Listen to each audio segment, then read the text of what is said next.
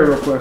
No. Ow. Honey, hold on. Ow. Girls, you have stuff in your hair. Baby, body. Gotta get the knots out, honey. Daddy, Alright, you want a ponytail? Yeah, but why is it with my chopsticks? You want a ponytail, high or low? What do you want? Tell me. Hi. No. A low one? Yes. A lot of hair. Me? Yeah. Yeah. Hey, don't do it. Hey, please. Just give me 30 seconds, please. Stop. Why would they do Alright, it? here we go. Just trying to get it done. Hold on, almost done. Alright, how's that? Look at me. You look good. Alright, let's go! Blood, on a speckled blood, eating some most delicious grubs. Yum, yum. One jumped into the pool where it was nice and cool. Now there are no green specks. Oh, welcome guys to Monday, January 14th. As you can see here, maybe not. I have only one kid in the car. That's because Hudson can't go to daycare today. He is full-fledged sick, and he's just irritable, and it's not good. He's got a really bad cold. So I gotta bring him to the doctor today. So this brings to a good episode of, let me shut the heat off here. Parent struggles. Now, don't get me wrong here, because he is my first priority and nothing else matters in my life, believe me. But the poor kid, he's not feeling good. And, you know, that means I have to put my life on hold. And same thing with Tracy. As parents, we have to stop and kind of give all our focus and energy to our kids. And this brings a different challenge to myself. As a new parent, I mean, I'm not new. My daughter's going to be 4, but it's new since, you know, since I've had kids, is trying to deal with situations when you are working parents, because my wife is a career working mom and I'm a career working father, and a lot of things depend on us working. Obviously financials, obviously our careers we both went to school for and we're passionate about. You know, and these you know, this is kind of a topic they don't tell you about when you're becoming a parent or when you're having your first kid. You know, everything's all great and dandy, and people tell you, oh, your life is over and all that, but I'm not talking about that. What I'm talking about is these real world struggles where you just have to react and stop, and the compound effect of that, I guess. And really what I mean by that is, you know, today's Monday. Today's the start of the work week. I had, you know, everything planned out for today and trying to make progress. And, you know, things like this happen. And when you have kids, and I have 2, it happens more rapidly, I guess. You know, if you have 4 or 5 kids, I can't even imagine it happens even more rapidly. But I guess my point is, you know, having 2 career working parents, the struggle is real, because when you have to take time off from work or just stop your schedule, you know, the world keeps turning. And how do you juggle that?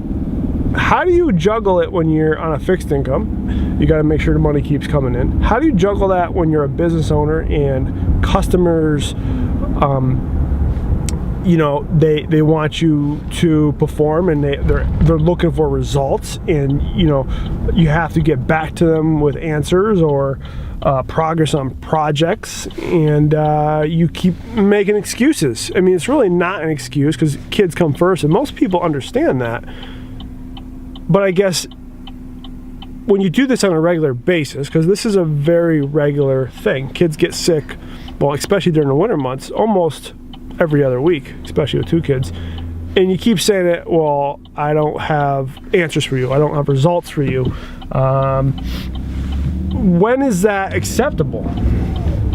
Is it acceptable, especially if you're a business owner? I struggle with that because I know what my priorities, but in the business world of customer service, you got to stop the excuses at some point, or else you just get a bad name and your business doesn't really succeed. And that's a real world fact.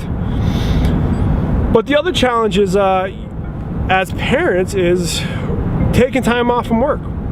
Who takes time off from work? Speaking of that, here comes Mom. We'll call her back in a second. Who takes time off from work? The employer doesn't. Your employers typically, they'll excuse an absence for your kids here or there, but when you're in important careers, like myself, in the firefighting world, sometimes manning is very important.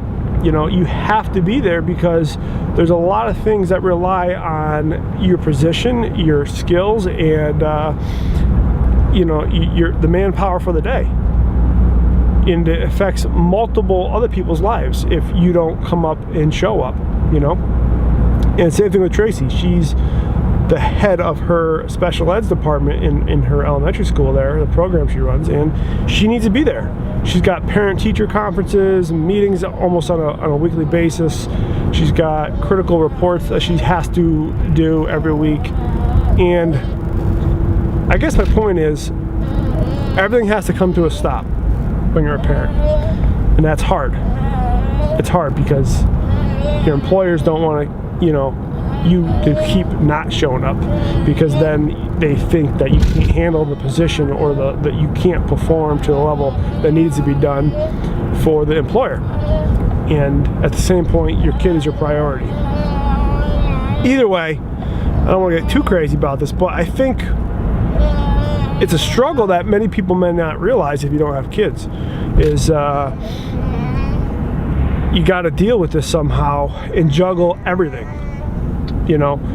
I'm not in a position where we can have one of us staying home. I would love to have my wife stay home, but at the same time, you can't just live off one income. That's what drives me as a business owner to kind of be, financially independent, because this struggle's real, and it is very stressful. It adds to my anxieties, and it's hard. They don't teach this stuff in school. There's no parent class that teaches how to deal with this real life situations. You just kind of keep going with it. So today, I'm trying to figure out how to adjust my schedule, how I can get back in the shop and get some work done, because I do have some, customers calling me over the weekend trying to check the progress of work. And Tracy's got a very important meeting this morning, so she went to work. I'm kind of putting the brakes on my schedule. I got Hudson Boy here. Like I said, trying to make him as comfortable as possible, and still trying to figure out how I can get some things done today. You adapt and overcome. That's all you can do, I guess. And the world will keep moving on. That's it. What's the verdict? So I did ask. He does have the severest form of the flu. Obviously, if he does have any trouble breathing or he gets worse, then we do have to go to the emergency room. But she did say there's really, in general, like even when you're an adult, there's nothing to do when you have the flu except Tamiflu.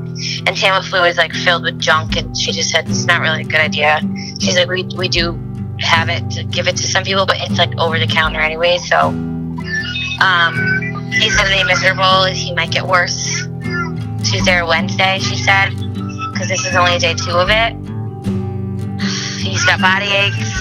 He's got spots in his throat, but it came back for positive strand A. And she said that they're thinking, the research is showing that right now the flu shot is not as effective this year in kids.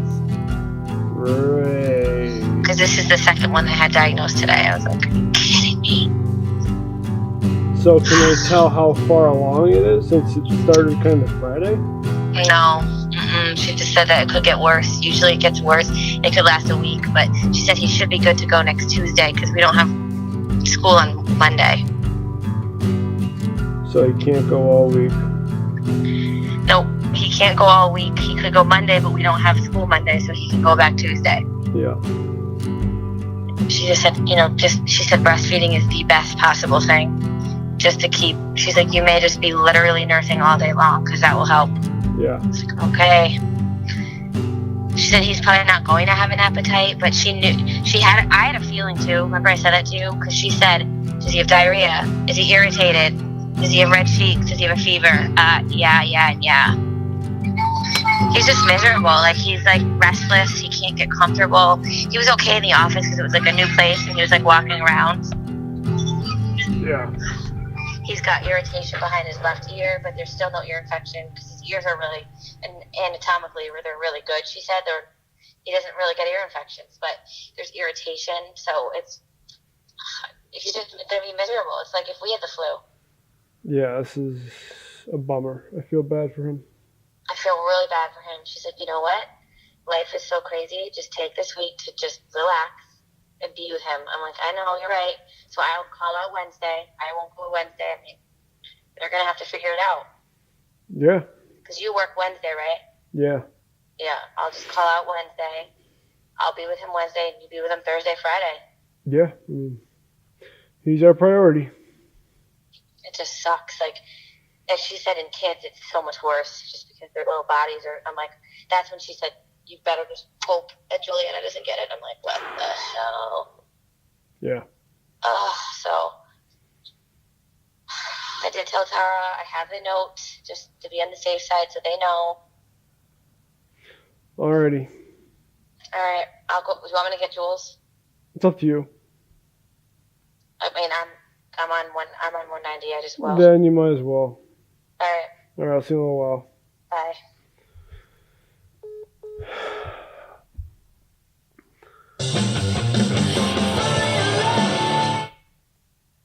Not much I can say about that. Right? It is what it is. Family first. All right.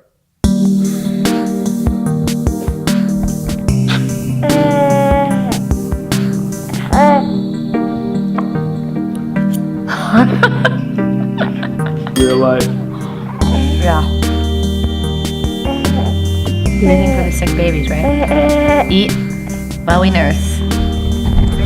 Kid gets more action than I do. Hey. What can I say?